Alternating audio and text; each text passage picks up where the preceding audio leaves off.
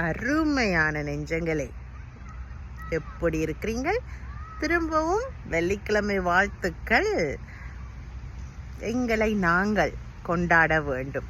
இதை பற்றி ஒரு சின்ன கிளிப் ஒன்று வீடியோவாக போட்டிருக்கிறேன். எஸ், எங்களை நாங்கள் கொண்டாடுறதுக்கு காரணமே தேவையில்லை, அண்ட் அது சுயநலமும் இல்லை. எங்களை நாங்கள் ஒவ்வொரு விஷயத்திலையும் ஊக்குவித்து கொண்டாட வேணும். நம்ம ஃபேர்ம் அண்ட் பிக் பிலீவா எங்களை செல்ஃப் கேருக்கும், எங்களை நாங்கள் மரியாதை கொடுக்கறதுக்கும், எங்கள் மனசு மரியாதை கொடுக்கறதுக்கும் நிறைய வீடியோஸில் உங்களுக்கு நான் அதை உணர்த்தியிருப்பேன்.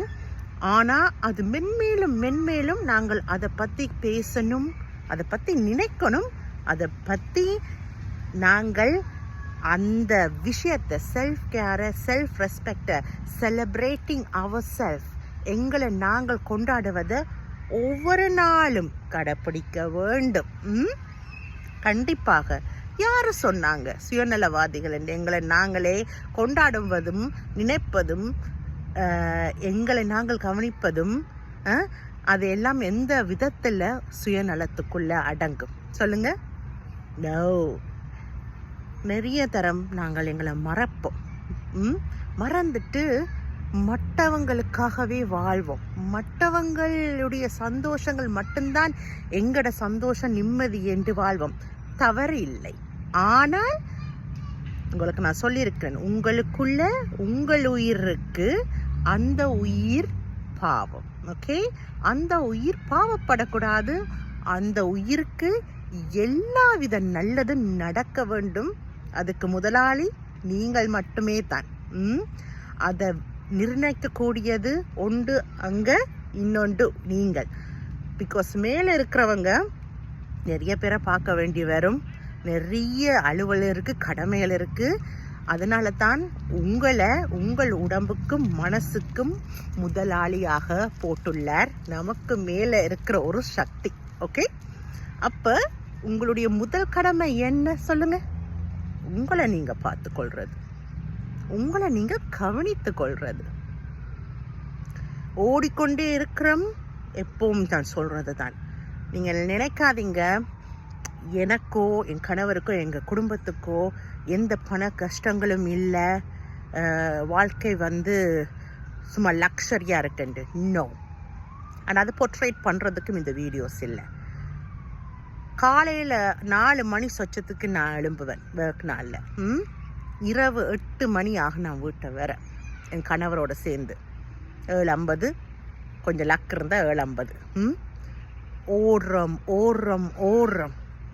ஓடிக்கொண்டே இருக்கிறோம். அந்த ஓடுற மெஷினுக்கு நடுவில் எங்களுக்கென்று ஒரு மனசு இருக்குது, எங்களுக்கென்று வெறுப்புகள் இருக்குது. அதெல்லாம் பார்க்காமல் நம்ம ஓடினால்தான் நமக்கு மேலே, நமக்கு தலைக்கு மேலே கூரை இருக்கும். நாம் உண்ணலாம், நாம் ஓரளவுக்கு நம்மளுடைய குடும்பத்தை பார்க்கலாம், நம்மளை பார்க்கலாம். இப்படி ஓடிக்கொண்டே இருக்கிற இந்த இயந்திரமான வாழ்க்கையில் எவ்வளவு முக்கியம் சொல்லுங்க? அந்த ஓடுற மனசையும் அந்த உடம்பையும் நாம் கவனிப்பது எவ்வளவு முக்கியம். அப்படி இருக்கிற கொஞ்சம் நேரங்கள் அதுக்கென்று டைமை ஒதுக்குங்க. உங்களுக்கென்று டைமை ஒதுக்குங்க. உங்கள் மனசு என்ன பாவம் செய்தது அதுக்கு டைம் ஒதுக்காமல், அதை பற்றி அதோடு கதைக்காமல், அதை கவனிக்காமல் விடுறதுக்கு என்ன பாவம் செய்தது? ஒதுக்குங்க. நீங்கள் ஒரு தாயாக இருந்தால் ஒதுக்குங்க, நீங்கள் ஒரு தகப்பனாக இருந்தால் ஒதுக்குங்க, மகனா மகளா, சகோதரன் சகோதரியா, யாராக இருந்தாலும், பாட்டியா பூட்டனா, யாராக இருந்தாலும் ஒதுக்குங்க. ஆன்டி அங்கிள் யாராக இருந்தாலும் உங்களை நீங்கள் கவனிங்க. தவறும் இல்லை. அது காசை தனியாக செலவழிக்கிறதும் இல்லை. காசால் மட்டும்தான் நீங்கள் உங்களை கவனிக்கணுன்ற அவசியம் இல்லை. ஆனால் இவ்வளோ ஓடுறீங்க பாருங்கள், இந்த ஓட்டத்தில் எப்போவுமே எங்களுக்கு காசு பிரச்சனைகள் வந்து கொண்டே தான் இருக்கும். எப்போவுமே பண பிரச்சனை இருந்து கொண்டே தான் இருக்கும். ஒரு பிரச்சனை மாதிரி அடுத்த பில், ஒரு பிரச்சனை மாதிரி அடுத்த பில் வந்துட்டு தான் இருக்கும். ஆனால் நீங்கள் தான் அதற்கும் முதலாளி. எங்கேயாவது சில விஷயங்களை கட்டுப்படுத்தி உங்களுக்காக, உங்கள் சந்தோஷத்துக்காக செலவழிங்கள். மற்றது காசால் மட்டுமே எல்லா சந்தோஷத்தையும் எடுக்க முடியாது. அதனாலேயும் தான் சொல்கிறேன், அந்த காசை வச்சுக்கொண்டு உங்களுக்கு பிடிச்ச விஷயங்களை உங்களோட குடும்பத்தாரோடையோ இல்லாட்ட நீங்கள் உங்களுக்காக செய்யுங்கள். அடுத்தது, காசு இல்லாமலும் நான் எப்போவுமே எம்பசைஸ் பண்ணுறது சின்ன சின்ன சந்தோஷங்களை அனுபவிங்க. உங்களை சுற்றி இருக்கிற உங்கள் உறவுகளோடு சந்தோஷமாக அனுபவிங்க. உங்களோட உறவுகளோட அனுபவிக்கிறதுக்கு முதல் உங்களோட நீங்கள் அனுபவிங்க. உங்களோட நீங்கள் மனம் விட்டு கதையுங்கள். யார் சொன்னா அது பைத்தியம் என்று? யார் சொன்னா மனநிலை பாதிப்பு என்று? கதையுங்க, உரையாடுங்கள். உங்களுக்குள்ள ஒரு தெளிவு வரும். உங்கள் மனசு அது உங்களுக்கு தேங்க் பண்ணும். அந்த கிளிப்பில் நான் இன்றைக்கு அந்த கிளிப்பில் பெர்ஃபார்ம் பண்ணது உண்மைதான். எவ்வளோ அவமானங்கள், எவ்வளவு வேதனைகளை உங்கள் மனசு சந்திச்சிருக்கும். ஆனால் உங்களை விட்டு உங்கள் மனசு போகலை, பார்த்தீங்களா? உங்களை விட்டு ஓட இல்லை, உங்களுக்கு விசுவாசமாக இருக்குது. அந்த மனசை கொண்டாடுங்கள். அந்த மனசை நினைத்து பெருமைப்படுங்கள். Okay, self care. அதனால தான் சொல்கிறேன் செல்ஃப் கேர் இம்பார்ட்டன்ட் என்று. இயந்திரமான உலகம், டெக்னாலஜி நிறைந்த உலகம். இதையே டெக்னாலஜியை யூஸ் பண்ணி தான் நானும் உங்கள் முன்னுக்கு வந்திருக்கிறேன். ரெண்டாலும் சொல்கிறேன், டெக்னாலஜியோட வாழ்கிறோம், டெக்னாலஜியோட பயணிக்கிறோம். எல்லாமே டெக்னாலஜியால் இருக்கிற உலகம். ஆனால் அதுக்கு நடுவில் கொஞ்சம் ஆத்தென்டிக்காக, ஒரிஜினலாக கொஞ்சம் இருப்போமே. மனிதர்கள் தானே நாம். அப்போ நம்ம கொஞ்சம் மனித தன்மையோடு இருப்போம். எங்களையும் நாம் பாதுகாப்போம். எங்களோட இருக்கிற எங்களுடைய அன்பு நெஞ்சங்களையும் பாதுகாப்போம். தாம்பட்டம் அடிப்பதற்காக இந்த மாதிரி ஒரு வீடியோஸ் நான் போடுறதில்லை, நானோ என் கணவரோ.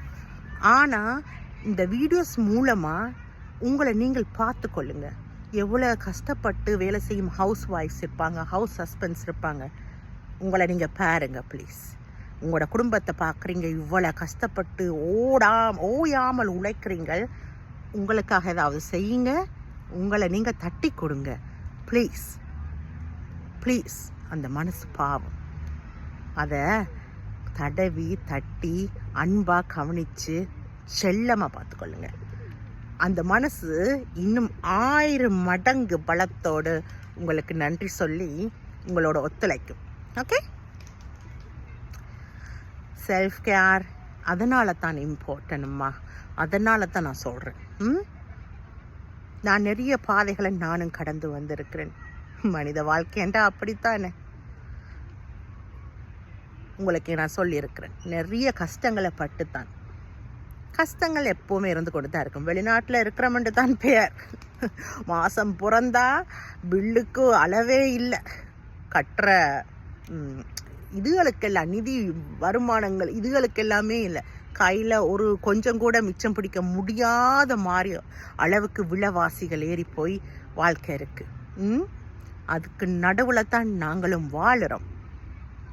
இது லக்ஸரி வாழ்க்கையை, ஒரு கற்பனையான வாழ்க்கையை பொர்ட்ரேட் பண்ணுற இணையதளமாக எங்களுடைய இணையதளம் இருக்கக்கூடாது. கஷ்டமாக நாங்கள் உழைத்து வாழும் பொழுதும் இப்படி வாழ வேண்டும் என்று பொர்ட்ரேட் பண்ணுற இணையதளமாக மட்டும்தான் இது இருக்க வேணும். ஓகே, எழுந்து நில்லுங்கள், எல்லாம் சாதிக்கலாம். அதுக்கு முதல் உங்களை கவனியுங்கள் ப்ளீஸ். என்னுடைய சிஸ்டர்ஸ், பிரதர், பிரிஸ்காக இருங்க, உங்களை கவனிங்க, எல்லாமே தானாக நடக்கும். Happy Friday. Enjoy your self, celebrate your self. Take care my lovelies.